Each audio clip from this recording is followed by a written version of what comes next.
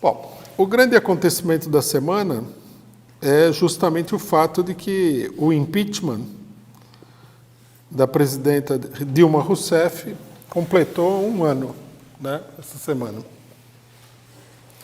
O que chama por uma avaliação desse impeachment, né, dos acontecimentos posteriores e por algumas considerações políticas, né?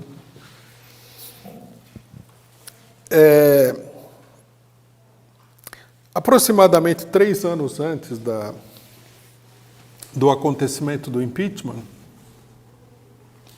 nós viemos chamando a atenção da esquerda nacional, do movimento operário brasileiro e tudo mais, para o fato de que estava em marcha no Brasil, e não só no Brasil, mas em vários países da América Latina, um golpe de Estado contra os presidentes de esquerda, nacionalistas, progressistas, como a gente queira chamar, né?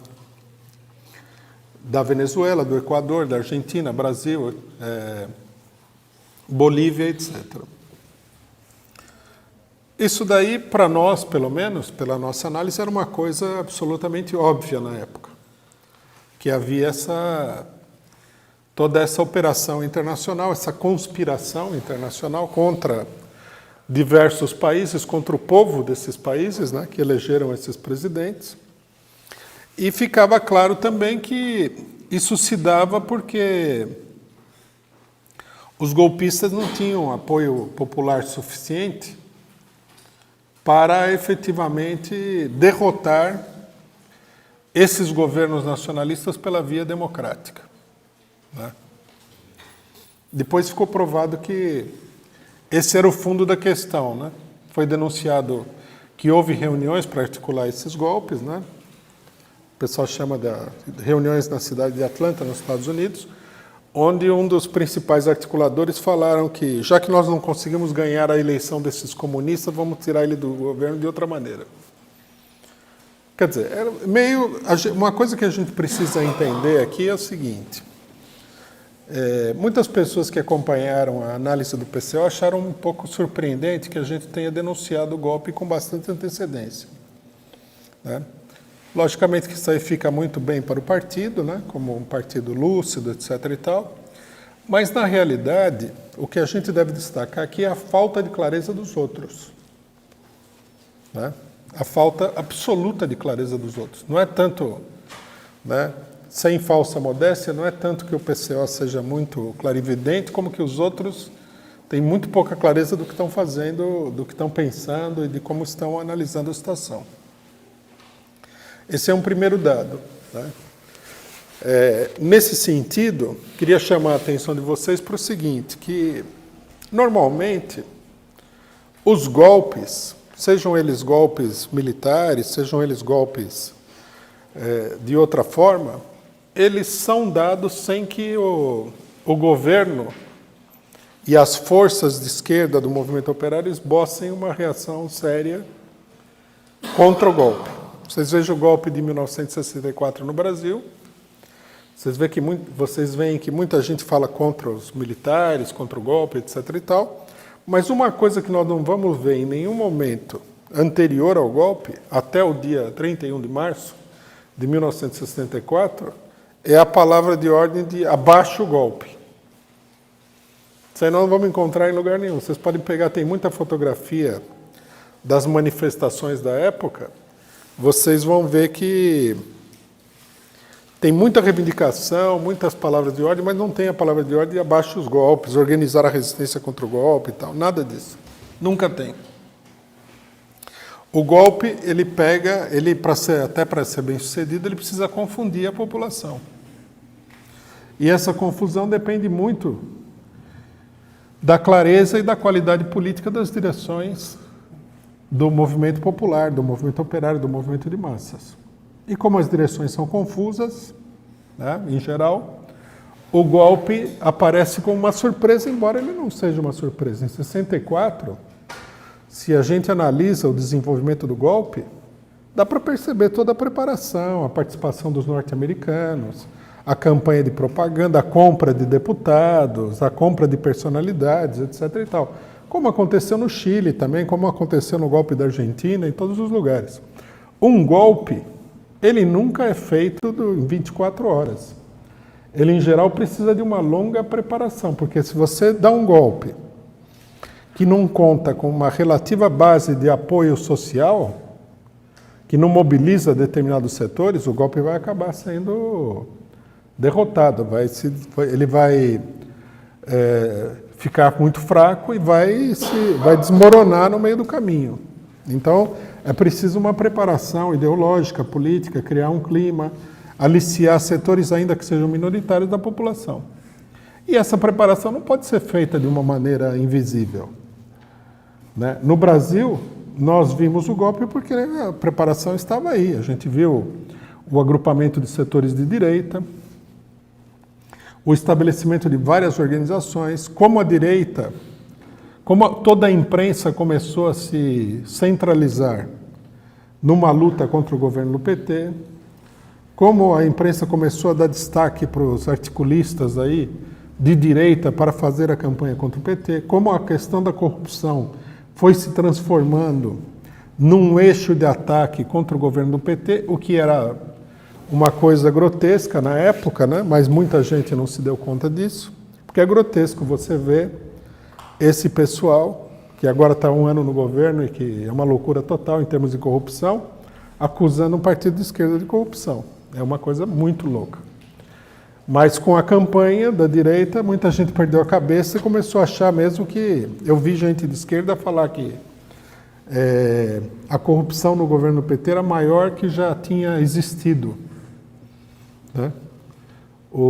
Agora eles tiveram a oportunidade de ver que o Temer, só para comprar o voto dos parlamentares contra o processo, que ele ia ser vítima, gastou 12 bilhões de reais. Está privatizando tudo, entregando tudo. Aqui nós temos que fazer uma escolha. Ou ele está entregando tudo, porque é uma necessidade para salvar o Brasil e ele é o salvador da pátria, ou isso daí é uma enorme campanha de corrupção, onde o pessoal está assaltando o país com a ajuda do governo. Quer dizer, no final das contas, né, uma das características centrais do golpe é que a campanha de corrupção colocou no governo uma quadrilha de criminosos que eu não vou dizer que é a maior de todos os tempos, porque isso aqui é Brasil, tem 500 anos de história e teve muito crime, muito governo criminoso, né, inclusive a própria ditadura militar. Mas que é uma coisa espantosa em termos de corrupção, isso aí não há dúvida para ninguém.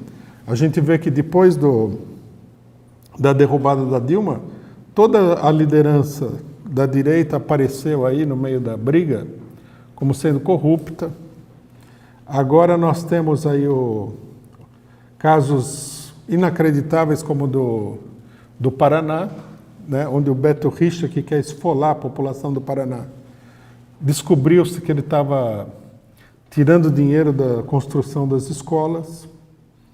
O Sérgio Moro, para ser bem ridícula a coisa, agora o Sérgio Moro também aparece envolvido em denúncias de corrupção. Quer dizer, chega um momento em que todo mundo percebe que a campanha contra a corrupção foi uma completa farsa, como nós falamos desde o começo, tá? Nós falamos, vamos entrar nessa campanha de corrupção, que isso daí é um meio que a direita usa para tirar os governos de esquerda. E é tradicional, não é de hoje.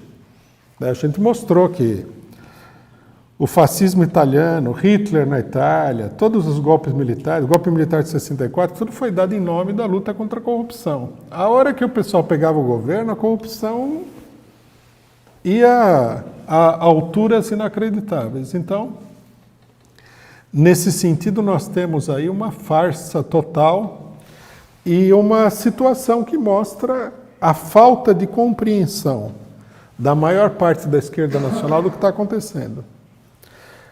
Na época, né, hoje, por exemplo, nós temos aí milhares de pessoas que são contra o golpe, que lutaram contra o golpe desde o primeiro minuto.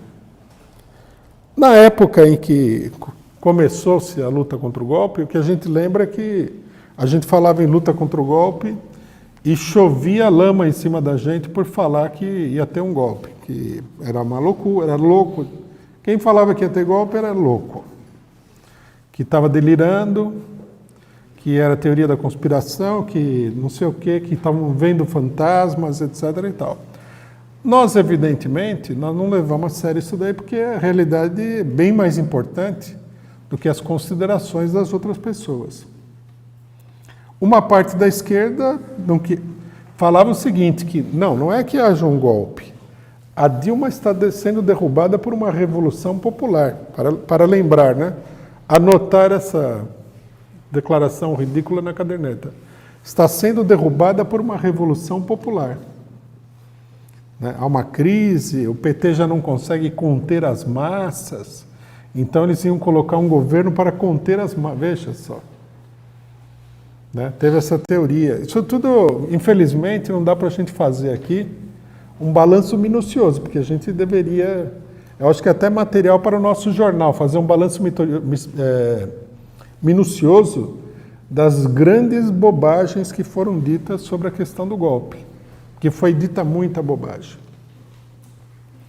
Dentro do PT, o pessoal percebia que havia um ataque, né? Porque se não percebesse também era ser muito doido. Mas a esmagadora maioria não acreditava que esse ataque fosse para valer. Eles achavam que era mais uma disputa de tipo eleitoral, que não iam derrubar a Dilma, que iam fazer um acordo, que não sei o que, se cedesse alguma coisa o governo não cairia, né? Por isso a Dilma colocou também como ministro das Finanças uma pessoa de Itaú, que era uma tentativa de fazer um acordo. Depois foi várias outras coisas para chegar num acordo.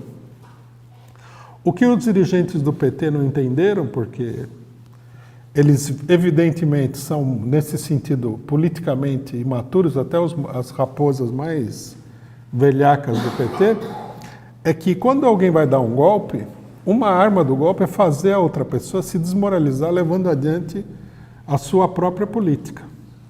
Então, o golpista pressiona o governo para o governo se desmoralizar. Então, o governo faz coisas direitistas acreditando que vai chegar num acordo com os golpistas. Os golpistas, na verdade, estão só apertando o governo para o governo se desmoralizar, né, enfiar o pé na lama para facilitar o golpe, que foi o que aconteceu. Porque quanto maior a confusão das pessoas que estão sofrendo o golpe, mais fácil de dar o golpe, logicamente.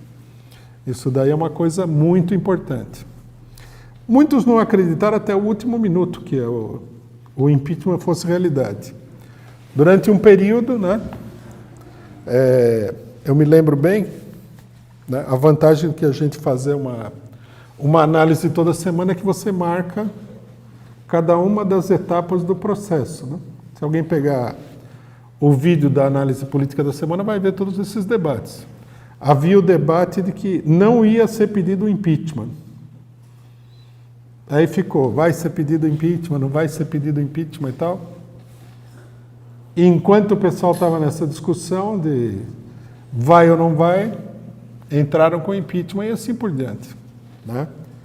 Nós falamos que precisava de mobilizações de rua contra o golpe. Efetivamente, em algum momento elas começaram, mas começaram já um pouco tarde. Né? A CUT chamou uma primeira manifestação no começo de 2015, mas não havia tanta convicção. Foram feitas várias manifestações, depois parou.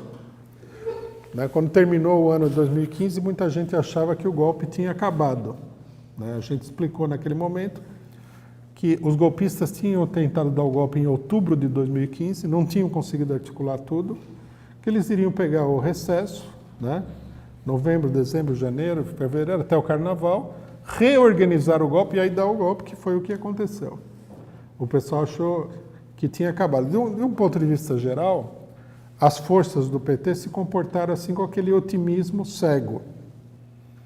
Né? Por algum motivo que eu não sei, que eu não consigo explicar, não vai acontecer nada de ruim.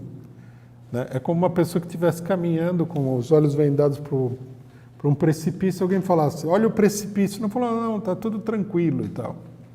E ele continua andando para frente com aquele otimismo. Mas o precipício está lá e você cai no precipício. Então, esse é um aspecto muito importante, né, da questão do impeachment, que a gente precisa destacar a falta de compreensão do conjunto da esquerda sobre o que aconteceu. Por que existe essa falta de compreensão? Porque inexiste uma análise realista das forças em luta na questão do golpe. A maior parte da esquerda faz uma avaliação pessoal. Fulano é a favor, ciclano é contra. Na hora de votar, Beltrano não vai votar, etc. e tal. Eles não conseguem ver aquelas forças mais poderosas que atuam, né, sem ser na superfície dos acontecimentos e que acabam agrupando e arrastando todos os setores. Que forças são essas?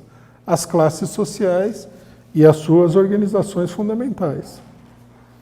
Né? O golpe foi o resultado de toda uma conspiração, onde participaram os órgãos de inteligência norte-americanos. Né? Veja que no governo anterior da Dilma apareceu que os norte-americanos estavam espionando a presidência da República. A gente pode, se quiser, acreditar que isso aí não tem relação nenhuma com o golpe, mas seria de uma ingenuidade extraordinária pensar isso daí. Todo mundo estava sendo espionado, né? Eles estavam recolhendo informações. É evidente que vários setores da Polícia Federal e dos promotores têm um envolvimento profundo com o Estado norte-americano, não vou dizer com o governo, mas com o Estado, com a FBI, com a CIA, com órgãos de inteligência, etc. e tal. E ninguém viu nada disso.